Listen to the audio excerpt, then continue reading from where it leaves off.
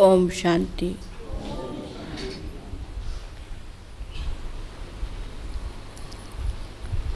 आज अव्यक्त बाप दादा का मुरली है। आज बाबा ने कहा है पर मत, पर चिंतन, पर दर्शन, ये तीनों से मुक्त हो, परोपकारी बनो। तो बाबा आज विशेष हम बच्चों को महिमा करते हुए कहा, बाबा के बच्चे हर एक बच्चों के अंदर विशेष है, विशेष आत्मा को देख रहा है। छोटा हो, बड़े हो, बुजुर्ग हो, प्रवृत्ति मार्ग वाले हो, कोई भी हो, सभी आत्मा ही विशेष आत्मा ही है। बाबा के बने हैं इसलिए विशेष आत्माएं। बाबा ने कहा दुनिया के अंदर कितने बड़े बड़े साइंटिस्ट हो, तो चंद्रमा तक पहुँचे हो, बहुत इन्वेंशन करने वाले हो, 5 तत्वों के ऊपर विजय प्राप्त किया हुआ हो, तो भी वो ना आत्मा को जानते ना परमात्मा को जानते। जबकि आत्मा को नहीं जानते हैं, शिव बाबा को पहचाने नहीं, फिर क्या जाने, है ना। इसलिए बाबा कहते तुम यहाँ छोटा सा बच्चा भी कहेगा तुम कौन हो, बोलते मैं आत्मा हूँ, शिव बाबा के संतान हूँ, है ना। तो इसलिए बाबा ने कहा तुम बच्चे विशेष आत्माएं हो, शिव बाबा को पा लिया। जैसे शुरू में एक गीत था, जो पाना था सो पा लिया, है ना। तो हमने बाबा को पा लिया। तो दुनिया वाला क्या है, दुनिया वाले बोलते तुम पागल है, तो हम बोलते आप पागल हो, है ना। तो इसी हिसाब से दुनिया वाले बहुत ऐसे अपने आप को इंटेलिजेंट बुद्धिमान समझते, लेकिन हम समझते पा बेचारे उसको कुछ भी जानते नहीं, कुछ भी मालूम नहीं। उसी हिसाब से हम शिव बाबा को पाने के कारण हम विशेष आत्मा ही है। तो बाबा उसी विशेष आत्मा के रूप में हमें देख रही है। तो फिर बाबा ने कहा हम इतनी विशेष आत्मा होने पर भी अपना पुरुषार्थ के अंदर इतना ढीला क्यों, कमजोरी क्यों। तो बाबा ने कहा तो ढीला इसलिए है क्योंकि हमारे अंदर जो परमत है, पर चिंतन है और परदर्शन है, तो इसके कारण जो हमें शिव बाबा मिलने के बाद भी इतना श्रेष्ठ पुरुषार्थ करनी चाहिए, अपना जीवन को संपन्न बनाना चाहिए, कमी कमजोरियों को खत्म करना चाहिए, वो नहीं कर पाते। क्यों? क्योंकि परमत है।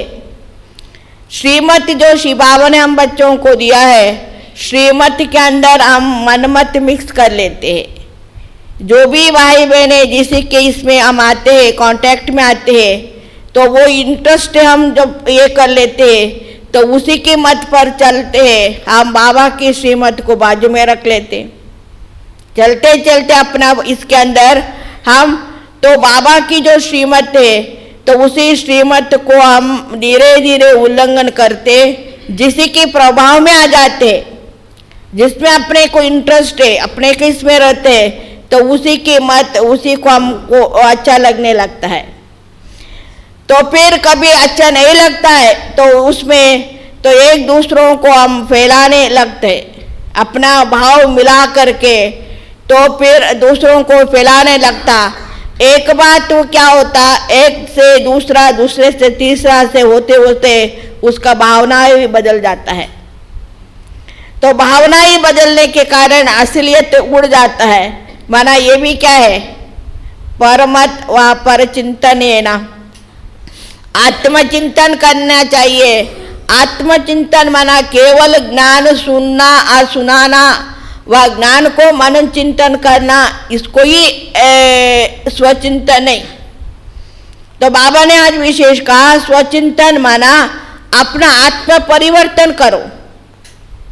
अपने अंदर परिवर्तन नहीं हुआ, केवल ज्ञान की विचार सागर मंथन किया, वह ज्ञान सुनाया, तो बाबा कहता है इसको स्वचिंतन नहीं कहने में आता।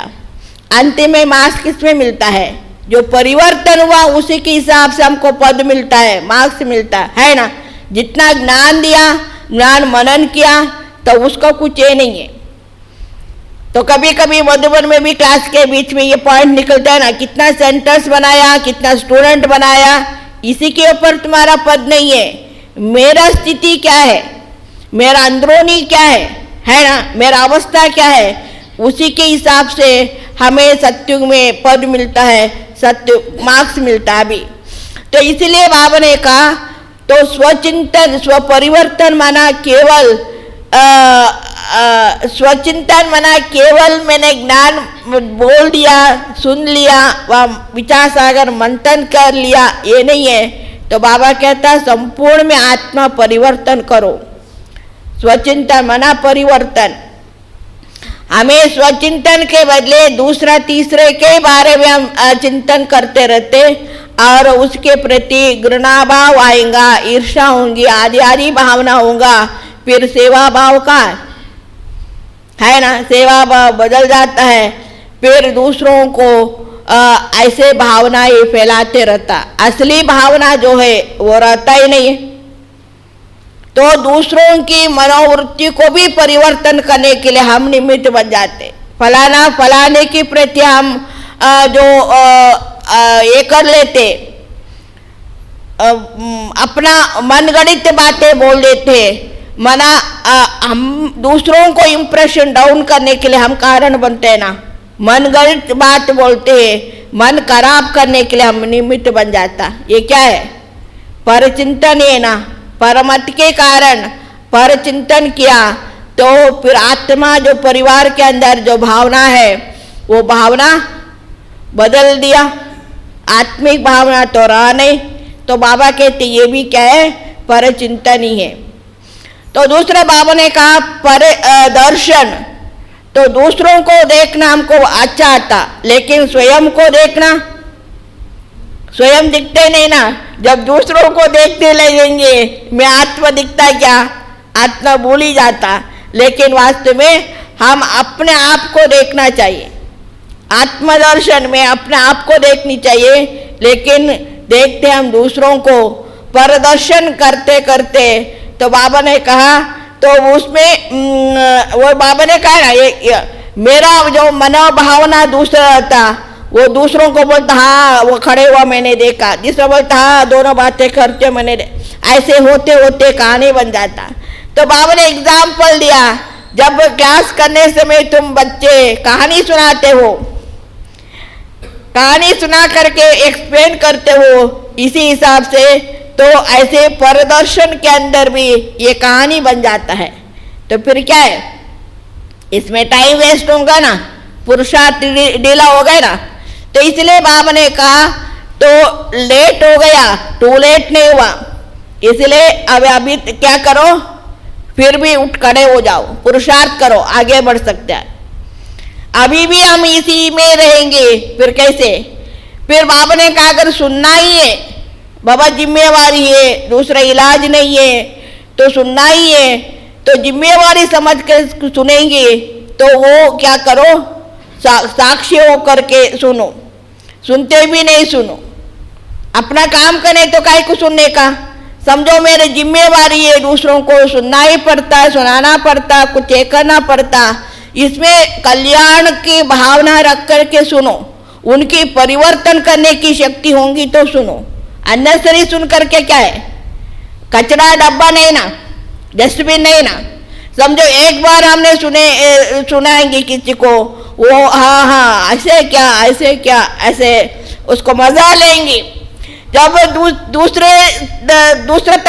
दूसरा बारी भी आपको सुनाने के लिए लग जाता है, माना आप क्या हो गए, डस्टबिन बन गए। जो भी आया किचरा, तो सच्चे झूठे मनगढ़ंत बातें क्या है कुछ है, तो मना आपके इसमें डस्टबिन में डालते रहते। फिर आपको तो उनको परिवर्तन का नाता नहीं है। फिर कितने भी आप ज्ञान योग अभ्यास करो, मन के अंदर घुस गया तो संकल्प चलता ही है। संकल्प चलेंगी, अपना मनोवृत्ति भावना ही बदलता रहता। फिर क्या है, अपना असलियत आत्मा का स्वरूप को तो भूल जाते हैं ना। म्हणून बाबा ने कहा तो सुनते भी नहीं सुनो, देखते भी नहीं देखो, ये अभी अभ्यास करो। अपने लागू नहीं ना, अपना काम के नहीं ना। अभी कितने ऐसे ये रहता है, तो अपना काम का नहीं तो काय को काश बैठ करके सुनने का, ऐसे देखने का क्यों। तो इसी हिसाब से हम अपने आप को देखने का और शिव बाबा को देखने की प्रैक्टिस करो। दूसरे बाबा ने कहा ये 3 पर को छोड़ो, परमत, पर चिंतन, पर दर्शन को छोड़ो, एक पर को ये करो, अपनाओ। कौन सा? परोपकारी। परोपकारी भी निस्वार्थ हो, बच्चों को परोपकारी, स्वार्थ के वश नहीं हो, निस्वार्थ के रूप में सेवा करो। यही तो फलीभूत होंगे ना। मुझे चांस मिलता नहीं है, मुझे ऐसे नहीं होता है, तो ये वास्तव में ना अपना संकल्प है, अपना वृत्ति है। शिव बाबा हम बच्चों को चुना, मना जरूर शिव बाबा हम बच्चों को सेवा देता ही है, अपना कला के हिसाब से बाबा यूज करते ही है। इसलिए तो दूसरे तीसरों से हम मांगने के बजाय, सेवा दो, ये दो, वो दो, ऐसे मांगने के बजाय हम शिव बाबा से करना है ना। बाबा तो हमें यूज करता ही है, बाबा हमें सेवा देता ही है, बाबा हमें उपयोग करता ही है ना। बाबा की बने हैं, बाबा हमें हमारे अंदर विशेषता बढ़ता है, बाबा अपने को उपयोग करता है। इसलिए शिव बाबा से डिमांड करना चाहिए, ना कि भाई बहनों से। मुझे चांस दो, अरे चांस तो बहुत है ना। मनसा वाचा कर्मणा तन मन धन, किसी न किसी रूप में सेवा करना जरूरी है। अगर चांस मिल भी गया तो दूसरों का अगर एक किया तो उल्टा जमा होगा, आधा उनका शेर अपने को जमा होंगी। इसलिए सेवा चांस मिलना चाहिए, मुझे भी सेवा मिलना चाहिए। ये वास्तव में क्या है? अगर सेवा किया मानसिक रूप में डिस्टर्ब है, वो सेवा क्या है? बाबा कहता है ऐसे सेवा छोड़ो, शिव बाबा को याद करो। उल्टा है ना, मैंने बहुत सेवा किया लेकिन थक गई, बहुत सेवा किया मन की अवस्था डगमग हो गया, बहुत सेवा किया मेरा तबीयत टिप गया, वो सेवा थोड़ी है, छोड़ो उसको, मारो गोली। सेवा के लिए ही है। बाबा ने कहा अपना चाल चलन से सेवा करो, अपना चेहरे से सेवा करो। आपको चेहरा देखते बराबर, वाह लोग ऐसे करेंगे ना, अप्रिशिएट करेंगे ना, इससे सेवा बढ़कर क्या है? बोलना ही सेवा नहीं ना, ऐसा होकर के फोटो खींच करके वो सेवा नहीं ना, ये भी तो स्वार्थ है ना। तो इसलिए इसी मोटा फॉर्म, वो छोटेपन का ऐसे अवस्था को छोड़ो। हम तो बुजुर्ग रहे, वानप्रस्थी है ना, अपना पुरुषार्थ भी इतनी सूक्ष्म रूप में करके, तो बाबा कहते बच्चे परोपकारी बनो, इसी परमत, परदर्शन और पर चिंतन को छोड़ो। दूसरों को काय को चिंता करना, हम थोड़ी जिम्मेवारी उठाया, बाबा हम सभी का जिम्मेवारी उठाए ना, लेन देन उनके साथ है ना, हमारे क्या लेन देन है? इसलिए हम किसी को काय को देखने का। इसी हिसाब से बाबा कहते बच्चे देखते भी नहीं देखो और सुनते भी नहीं सुनो। इसी पाठ को पक्का करते हुए टू लेट होने के पहले हम क्या करें? जागरूक हो, खबरदार रहे, अपने आप को सावधानी होकर के पुरुषार्थ में लग जाए। तो इसी हिसाब से बाबा आज मुरली चला रही है, हम डायरेक्ट मुरली को सुनेंगे।